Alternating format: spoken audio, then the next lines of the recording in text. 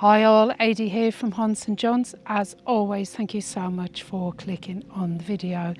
Today I'm in deepest, darkest Hampshire and I'm at St Leonard's Church in what was the village of Hartley Mauditt. Now I believe that it completely disappeared, the village, after the plague, because the whole village, like many small rural villages, got completely wiped out.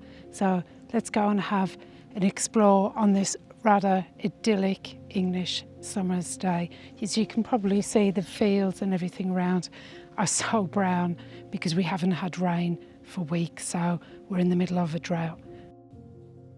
There's something incredibly moving about places like this, and as I walk along this quiet country lane with barely another soul in sight, it's almost impossible to imagine that this quiet little church once stood at the heart of a medieval village. Today, all that's left is St Leonard's Church at Hartley Mauditt in Hampshire. It's surrounded by fields and the gentle Hampshire countryside. It's a beautiful setting, but the village itself has long since disappeared, and it leaves behind one of England's most peaceful and mysterious abandoned churches. On going into the church, the first thing that I noticed was this beautiful 15th century octagonal font, and when I took a closer look I noticed some unusual carved decoration. Now some historians believe that the design, which includes an inverted horseshoe motif, echoes the rare horseshoe-shaped Norman chancel arch nearby, which we'll see in a moment, and along with some carved roses that may or may not represent the house of Lancaster. Now, while those interpretations can't be confirmed for certain, they do add yet another intriguing layer to the history of this remarkable little church. And that ties into, when we see all the rectors dating back to 1220 here on the wall, you can actually see that some of the patrons were actually the Duchy of Lancaster, and then in 1489 it went over to the Crown. Hartley Mauditt was recorded in the Domesday Book of 1086, although there was almost certainly a settlement here before the Norman conquest. The unusual name comes from two parts: Hartley, which is thought to mean the clearing frequented by deer, whilst Mauditt comes from the Norman family who became the local lords after William the Conqueror's invasion. Now, the village itself wasn't large, but for medieval England it would have been a perfectly ordinary rural community. Families farmed the surrounding land, tended the livestock, worked the fields, and they would have worshipped here at St Leonard's Church. And the church itself dates largely from the 12th century, though parts may be even older, but like many Norman churches it would have originally been much simpler than what we see today, and over the centuries it has been altered, repaired and expanded as generations of villagers have left their mark. And as we walk around today, you can still see the beautiful flint walls on the outside mixed with stone dressings, along with the sturdy Norman architecture that has survived for nearly 900 years. But while the church endured, the village around it sadly slowly faded away. Now, many people believe that Hartley Mauditt disappeared because of the Black Death, which swept across England between 1348 and 1350. The plague killed somewhere between a third and a half of England's population, and countless villages never truly recovered. And it's certainly possible that Hartley Mauditt suffered terribly during those dreadful years. No village escaped untouched, and many lost so many people that farming became impossible. However, historians now think that the story is a little bit more complicated. And on the other side of the nave, I thought this beautiful stained glass window was absolutely stunning, with the light streaming through, and whoever had done that really beautiful display of summer flowers. And we're going to have a look now at the remarkable Norman chancel arch. And at first glance it just looks like another stone arch, but spend a few moments looking at it and you'll notice something rather unusual. because instead of forming a perfect semicircle as most Norman arches do, this one has a very distinctive horseshoe shape, so it curves slightly inwards before meeting at the top. And architectural historians consider this to be a rare feature, and I have to say it's not one I've seen before. And it's one of the reasons this church is such an important little church, because rounded Norman arches are quite common throughout England, but this horseshoe-shaped design is much less frequently seen. So, like I say, it's the first one that I have ever seen. So it's incredible to think that for 900 years people have been walking through the arch.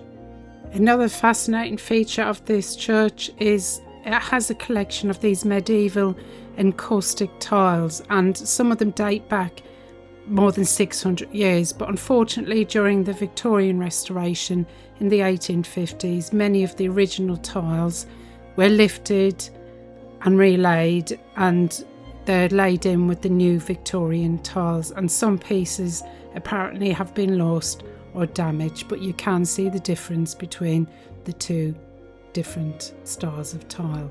And I thought this light fitting was really, really beautiful.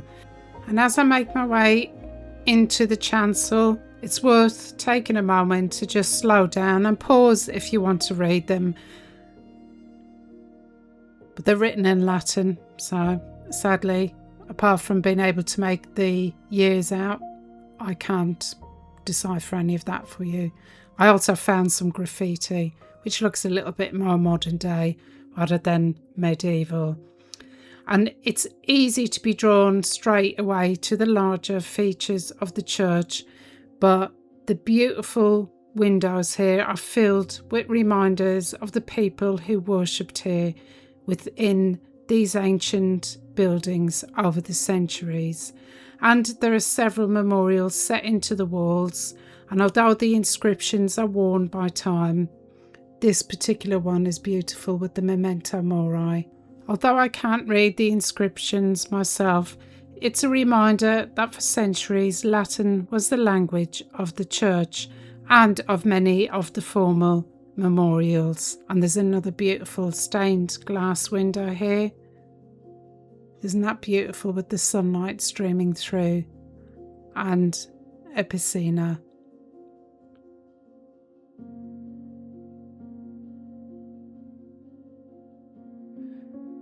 And you can see there's some Victorian tiles there. And I did notice as well, I meant to mention when I came in, that you could see they'd obviously raised the floor in the chancel in the Victorian times, because it's quite clear that there are some ledger stones underneath. And you've got this very simple altar and another stained glass window. But it looks very beautiful, beautiful in its simplicity. It casts such a lovely glow across the chancel. It's a very peaceful scene, isn't it? And then this is obviously a Victorian altar. Beautiful craftsmanship though. And then as we turn to the side of the chancel, there's this aumbry, and they would have kept like religious vessels and wine, etc. locked in there. It would have originally had doors on there. And then we're greeted by this magnificent monument which commemorates Sir Nicholas Stuart. Now, the Stuart family became lords of the local manor during the early 17th century. It's richly carved with heraldic shields and intricate stonework. It was designed not only to honour his life, but also to reflect the family's wealth, influence, and their standing within the local community. I thought that was quite scary. That face reminds me of Reagan from The Exorcist. In many ways, it's such a striking contrast, because outside is the silence of a lost medieval village, and you've just got this lonely little church sitting here, whilst inside stands these great memorials that would look, well, they wouldn't look out of place really, would they, in a cathedral or a much larger parish church. And it just reminds us that although Hartley Mauditt gradually faded away, the influential families continued to own the surrounding land and leave their mark on the church. And it's believed that beneath the chancel here is a Stuart family vault. So maybe there's generations of them buried underneath the flagstones. Hartley Mauditt has apparently earned quite a reputation locally over the years as one of Hampshire's more haunted locations, and visitors have reported experiencing an eerie feeling inside the church, which I can say that I felt that as well whilst I was in there, and I found this Commonwealth war grave. So thank you for your service, sir, and rest in peace. Now, some people have also described hearing unexplained footsteps even when they're alone. Others speak of strange whispers or the unsettling sense that someone was watching them from the shadows. And there's also stories of ghostly figures being seen in and around the graveyard, especially at dusk. Although, as with so many tales of hauntings, there's no firm evidence to prove any of these accounts. So whether you believe in ghosts or not, of course, that's entirely up to you. But places like this certainly have an atmosphere all of their own, and it was quite eerie in there. I didn't see anything, didn't hear anything, but it did feel a little bit creepy, slightly unsettling in there. So for whatever reason that was, I do not know. And I just want to say thank you to Kelly, Alan, Mrs. Grove and Sarah, who are helping support the channel by becoming members of the society. So that really helps me with petrol and that, and getting a little bit further afield so I can bring you more videos. So if you're interested in that, the link is down below.